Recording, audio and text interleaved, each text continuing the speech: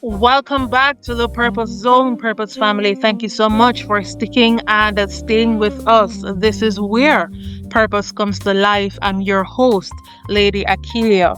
Purpose Family, as you know how we do it right here in Purpose Conversations, we're really talking about this week what has been stealing your joy.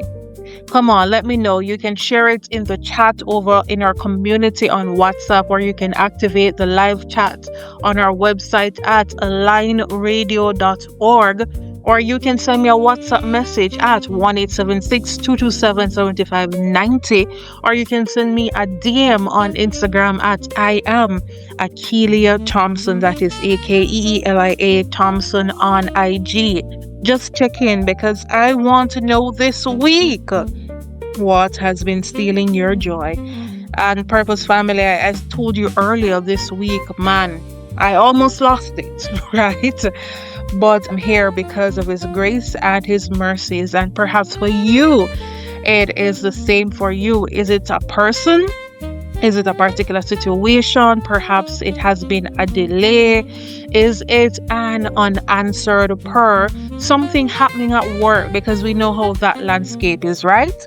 Something happening in your family. We understand that landscape very well too.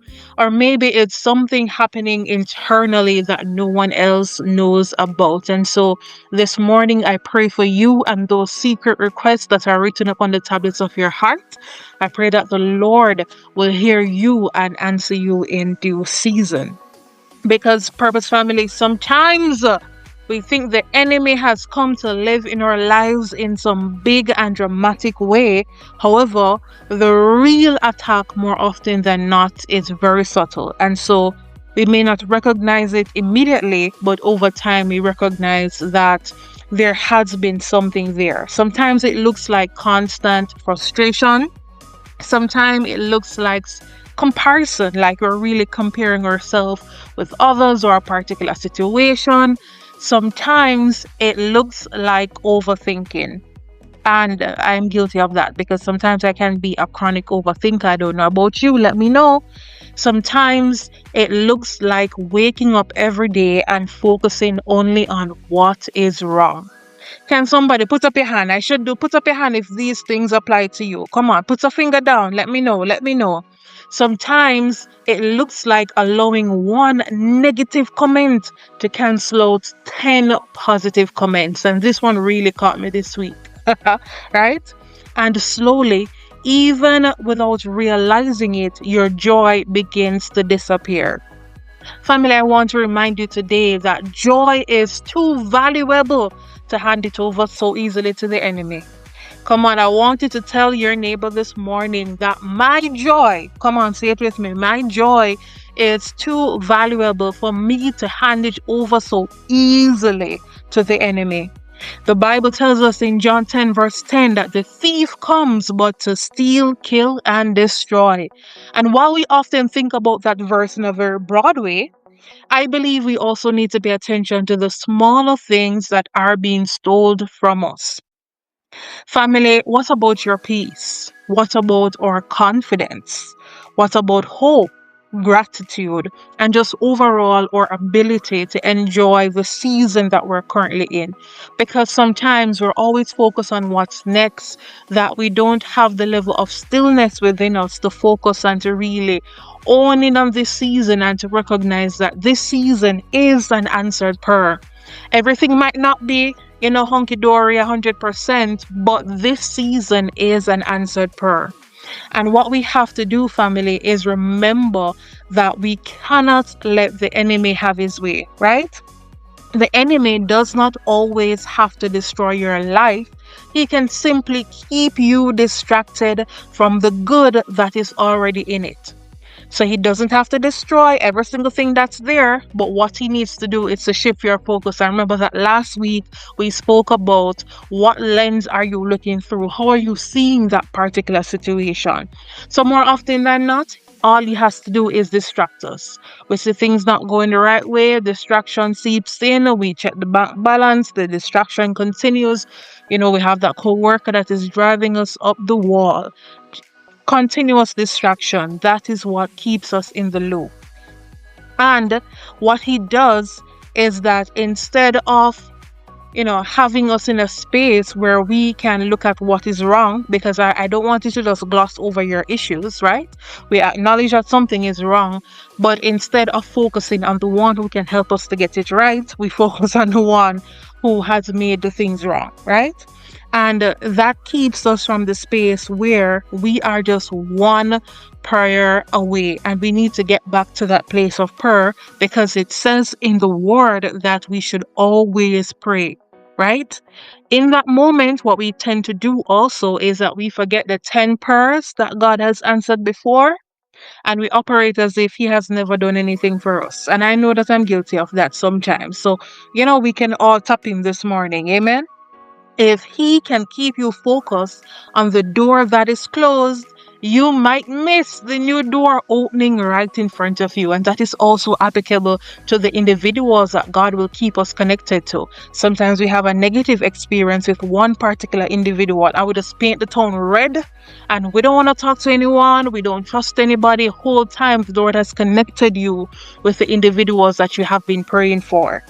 And so what we need to do is to keep our eyes on Jesus, because what we can also tend to do is to focus on those who did not support us, those who did not cheer us on, those who this and that, and we have them up, we write them down, and we do all the things, right? You might overlook the people God has placed around you who genuinely love you. And this week, as I was checking in on my friend, possibly she was even surprised that so many persons even cared, to call and to check up and stuff like that, and just to ensure that she's back home safely. And that is why what we see and the perspective and the lens that we're looking through is of utmost importance, because sometimes the situation has not changed, but our perspective needs to change in order for us to see the overall change that we need in that particular situation.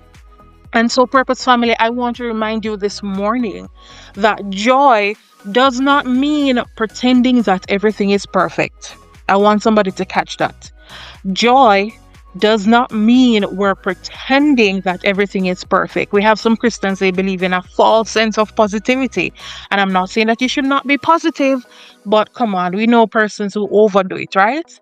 Yes, we should have joy, but we also have to look at the realities of our situation. So we look at it, come up with practical solutions so we can help to resolve that. And of course, we're tapping in with prayer and by work. So we have to exert our faith too as we're going through that process. But joy does not mean pretending that everything is perfect. It does not mean that you will never cry. It does not mean that you will never feel disappointed. It also does not mean that you ignore real pain or difficult circumstances, but instead, joy means that even in the middle of what you're going through, you remember that your situation does not have the final word. God does. Your situation this morning, I want to remind you, wherever you are across the globe, that in your situation, it does not have the final word. God does. How do I know that? How do you know that, Lady Akeelia? Well, let me tell you. Because in Nehemiah 8 verse 10, it reminds us, the joy of the Lord is my strength. Come on. I need somebody to say that this morning. Type it somewhere. The joy of the Lord is my strength. I want you to think about it this morning, Purpose Family. Your joy is connected to your strength. So if the enemy can constantly drain your joy, he can then leave you emotionally exhausted. He can leave you feeling discouraged. He can leave you questioning yourself, your self-worth, your level of confidence. He can also leave you feeling like you have nothing left to give. But when your joy is rooted in God, it becomes harder for circumstances to control you. When your joy, my joy, is rooted in God, it becomes harder for the enemy to use our circumstances to control us. Not because you don't feel what is happening, because remember, we're going through the experience, a lot is happening, of course you're going to feel, some sort of way, but because you know where your strength comes from. Maybe you're listening today and something did not work out the way you want it. Maybe somebody disappointed you again. Maybe you thought that by now you would have been further along, or there is just this particular case that you're awaiting an answer. I just want you to remember. I just want you to remember that even in seasons where you've been praying and you feel like nothing has been changing, can I encourage you today? Do not let a temporary situation create a permanent posture of discouragement. I'll say that to you again. Do not let a temporary situation or season create a permanent posture of discouragement. You can be disappointed and still have joy. You can be waiting and still have joy. You can be healing and still have joy. You can be uncertain about what is coming next and you still have the capability to trust in God. One of the biggest thieves of our joy is comparison. You look online and it seems like everybody is winning, winning, winning. Everybody is traveling. Everyone is getting married, launching something new. The perfect family, the perfect house or vehicle, whatever it is. And suddenly you start looking at your own life and asking, Lord, what about me? But Purpose Family, I want to remind you that social media will only show you the highlights of someone's life. It will not always show you their struggles. It will not always show you the nights they cried. It will not show you the prayers that they've prayed and how hard they've worked behind it. It will not show you how long they've been waiting for that answered prayer. So do not let someone else's chapter steal the gratitude from the chapter that you're currently living in. Your journey is your journey and we need to embrace it. Your timing is your timing. God's timing is always perfect. We need to know exactly where we are, mighty God. We need to know where we are this morning, Purpose Family, because another big thing that steals our joy is offense. Come on. I need you to testify this morning. Activate that chat. Another thing that more often than not steal our joy is offense. Come on, let's talk about it. When was the last time somebody offended you? Come on. We know the sort of jabs. We know the throwword, as you would say in the Caribbean. Come on, when was the last time somebody offended you? When was the last time somebody said something to you or about you, or they did something or they did not do something for you? And every time you replay that situation in your mind, you give that moment more power. Every time you replay that situation, you give it more power. I'm not saying that what happened, that it wasn't wrong. Hello. But what I am saying is don't allow someone else's action to become your emotional prison. Come on. Break out this morning. Do not allow someone else's actions to become your emotional prison. Sometimes protecting your joy means releasing what you cannot control. Sometimes it means forgiving those who don't even deserve it. Sometimes it means creating boundary. Sometimes it means deciding I'm not carrying this into another day. And sometimes protecting your joy means simply becoming more intentional about gratitude. So before you focus on what's missing, before you focus on what they said or what they did or what they didn't do, what I need you to do is to sit down and say, okay, what is still good? You woke up this morning, that's the first thing. You have breath in your body, that's another thing. You still have another opportunity to try again, that's a third thing, right? And you still have purpose, that's 4, that's number 4. Come on now, and we can go on and on and on. And how do we know this? Because Philippians 4 verse 4 says, rejoice in the Lord always, not only when things work out, right? Rejoice in the Lord always, not only when the answer comes. Rejoice in the Lord always, not when the money is right. Rejoice in the Lord always, not only when everybody agrees with you. When should we rejoice? Always. Come on, purpose seekers. I need you to tell somebody this morning, rejoice in the Lord always. Ask your neighbor, say, neighbor, are you rejoicing on this incredible Saturday morning? Come on. Come on, community. I know that you can do it. Because our joy is not supposed to be completely dependent on what is happening around us. So this week, purpose seekers, I want you to pay attention. Pay attention to what affects your mood. Pay attention to what keeps you replaying things over and over in your mind. Pay attention to the people, thoughts, and situation that constantly drains you. And some of you need to hit that block button. Come on.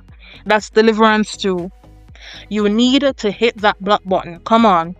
Ask yourself, is this worth my peace? Is this worth me losing my entire day over it? Is this worth allowing frustration to follow me into every room? If your answer is no this morning, right? I want you to one, release it. Come on, we're releasing it in this moment. Release it. I want you to two, pray about it. Pray and receive his peace. 3, I want you to deal with what needs to be dealt with, because prayer without works is dead. Some of us, you need to have those hard conversations. We need to speak to those individuals who they've been allowing those subtle jabs to come in and say, hello, no, not today, no further, no further. Be on your way with that one today. It's not going to happen today, right? I need you to get radical about what is impacting your peace at this very grown age, because I don't want you to live in a place where your joy is constantly being eradicated. There's too much purpose on the inside of you. There is too much life on ahead of you and inside of you. There is so much that you have to offer, and it is unfair for you to give those who deserve your all, right? We give them half of loaf, and we give those who don't even deserve a quarter loaf all of our attention. That's not fair. And so it's important for us to not allow one situation to steal our joy from our entire journey. So if you don't remember anything else I've said this morning, I want you to remember this. Protect your joy. That's number 1. Guard your heart. Number 2. 3, watch your perspective. And 4, stay grateful. I'm so grateful this morning. And remember, don't give people, circumstances, or disappointment more authority over your spirit than they deserve. Your joy is purpose. It's precious, and it is also purpose. Your joy, it is precious this morning, and it is purpose as well. And so, purpose family, the enemy cannot steal what you refuse to surrender. Come on, purpose family. The enemy cannot steal what you refuse to surrender. Purpose family, that is what we're sharing this morning on Purpose Conversations. I pray that it truly bless you this morning. Do not let anybody, nothing at all, steal your joy. Remember that song that we sing in basic school or maybe in your Sunday school? Don't let nobody steal your joy. Come on. Joy in the Lord. Joy, joy, joy. I've got joy. Come on, remember that one and sing it whenever you feel like your joy is leaving you. I've got joy. Purpose seekers, remember that when we come back, we're stepping into a special edition of the Purpose Spotlight. Today, I'll be joined by Mrs. Kadeen Leachman Minot, educator with Bright Star Tutor Solution. This will be an inspiring conversation, and trust me, you don't want to miss it. So stay right where you are. You're listening to the Purpose Zone with Lady Akeelia right here on Align Radio, where purpose comes to life. Don't touch that dial.